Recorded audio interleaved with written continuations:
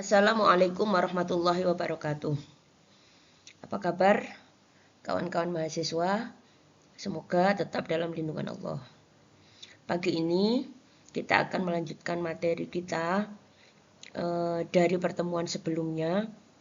Tapi sebelum itu, mari kita buka perkuliahan kita dengan bacaan Bismillahirrahmanirrahim.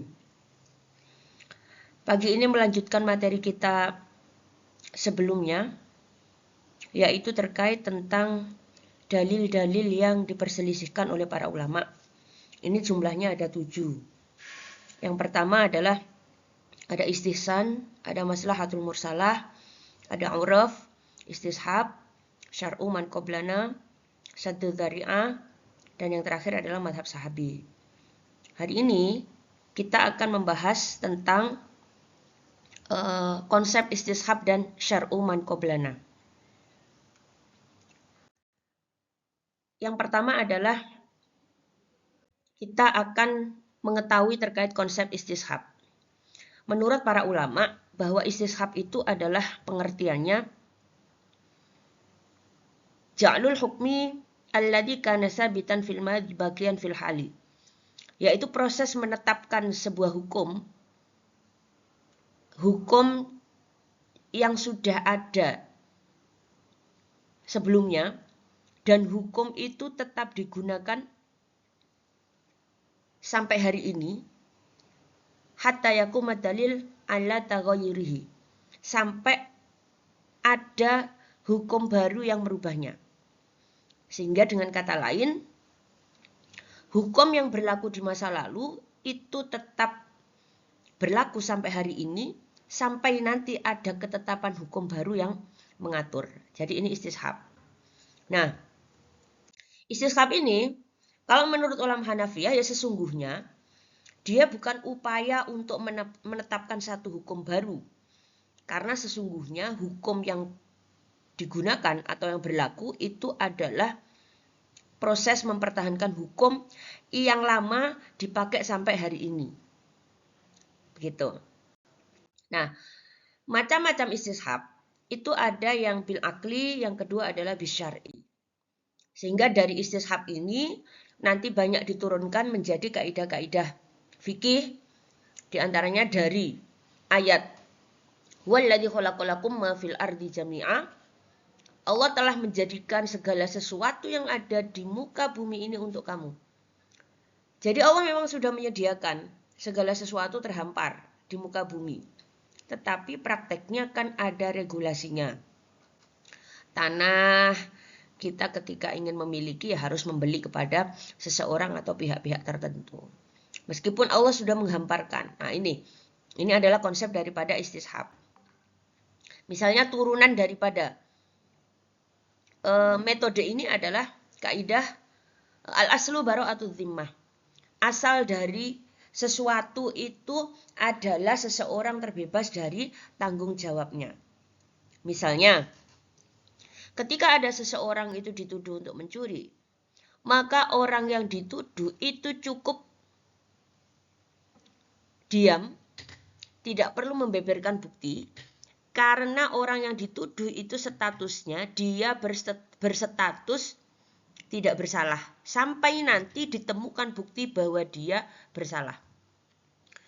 Sehingga secara etika orang yang dituduh itu tidak perlu membeberkan bukti karena yang paling wajib untuk mengeluarkan bukti itu adalah penuduh. Nah, gitu. Ini salah satu contoh.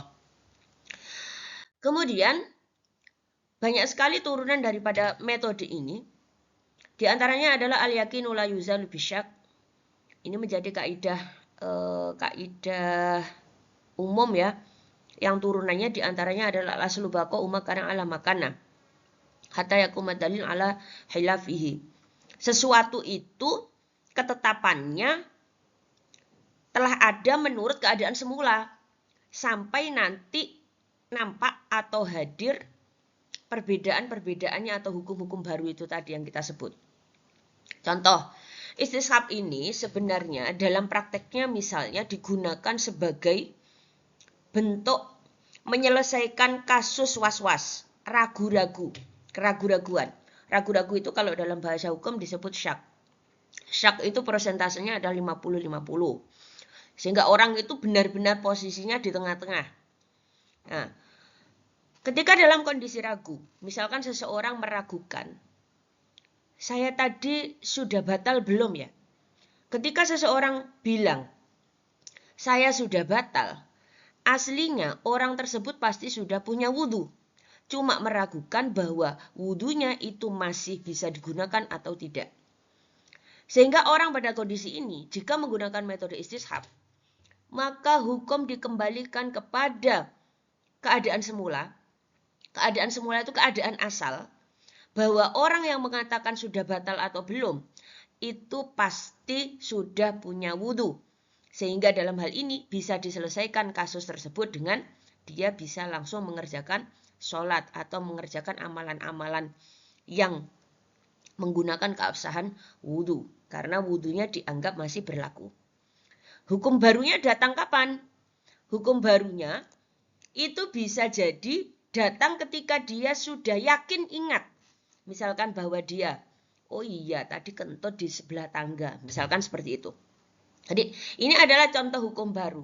Sehingga metode istishab itu biasanya digunakan untuk menyelesaikan kasus-kasus sesuatu yang meragukan. Kan gitu. Nah, yang berikutnya adalah kita sampai pada salah satu sumber yang disebut dengan syar'u man qoblana. Syar'u man qoblana ini secara bahasa dia dimaknai dengan syariat orang-orang sebelum kita. Sebelum kita itu maknanya siapa? Karena kita itu semoga diakui sebagai umatnya Rasulullah, maka syar'u man qoblana ini asumsinya adalah syariat umat nabi-nabi sebelum Rasulullah Muhammad SAW. Maka pertanyaannya adalah, apakah kita yang umatnya Nabi Muhammad ini wajib mengikuti syariat umat terdahulu? Nah, jawabannya ada 3 respon dalam hal ini. Yang pertama, syar'u man qoblana itu hukumnya menjadi wajib kita lakukan sebagai umatnya Rasulullah Muhammad jika divalidasi oleh Al-Quran maupun hadis. Al-Quran maupun hadis mengatakan bahwa itu adalah syariat umat terdahulu. Dan umat sekarang, umatnya Rasulullah juga harus melakukan syariat yang sama seperti syariat umat terdahulu. Contoh ayatnya adalah, Ya ayyuhalladzina amanu kutiba alaikumusyiyamu kama kutiba alal ladzina min qablikum la'allakum tattaqun. Berpuasalah, diwajibkan kalian berpuasa kama kutiba alal ladzina min qablikum, seperti yang sudah diwajibkan kepada umat sebelum kamu. Ini artinya hukum puasa Ramadan yang kita lakukan hari ini wajib. Karena apa? Divalidasi oleh Al-Quran. Sekaligus Al-Quran mengatakan kalau puasa itu sebenarnya juga sudah dilakukan oleh umat-umat terdahulu. Nah, ini respon pertama. Kemudian respon yang kedua adalah syar'u man qoblana itu dinasah atau dihapus ketika itu hanya dikhususkan untuk umat terdahulu dan tidak digunakan untuk umatnya Rasulullah. Contoh, pada zaman Nabi Musa, proses pertaubatan itu dilakukan dengan bunuh diri. Tentu ini bertentangan dengan syariatnya Rasulullah Muhammad SAW, bahwa bunuh diri itu tidak dibenarkan. Yang kedua misalkan, menghilangkan najis dengan cara memotong bagian terkena najis. Nah, tentu ini tidak kita lakukan. Karena kalau syariat ini kita lakukan, tentu baju-baju kita akan habis jika terkena najis. Nah, yang ketiga, respon ketiga adalah ketika Al-Quran tidak memvalidasi secara jelas bahwa itu diperuntukkan untuk umat terdahulu, atau itu diperuntukkan untuk kita, ataukah dikhususkan untuk umat terdahulu. Maka dalam hal ini, para ulama akan berbeda pendapat. Ada yang mengatakan syariatnya umat terdahulu juga berlaku untuk kita. Ada yang mengatakan itu hanya khusus umat terdahulu dan bukan untuk kita. Contohnya adalah hukum qisas. Sehingga di sini juga para ulama bisa berbeda pendapat. Nah, saya kira itu saja materi kita hari ini terkait istishab dan syar'u man qoblana. Semoga yang sedikit ini bisa memberikan kemanfaatan. Kita akhiri, wallahu yarhamuna birrahmah. Wassalamualaikum warahmatullahi wabarakatuh.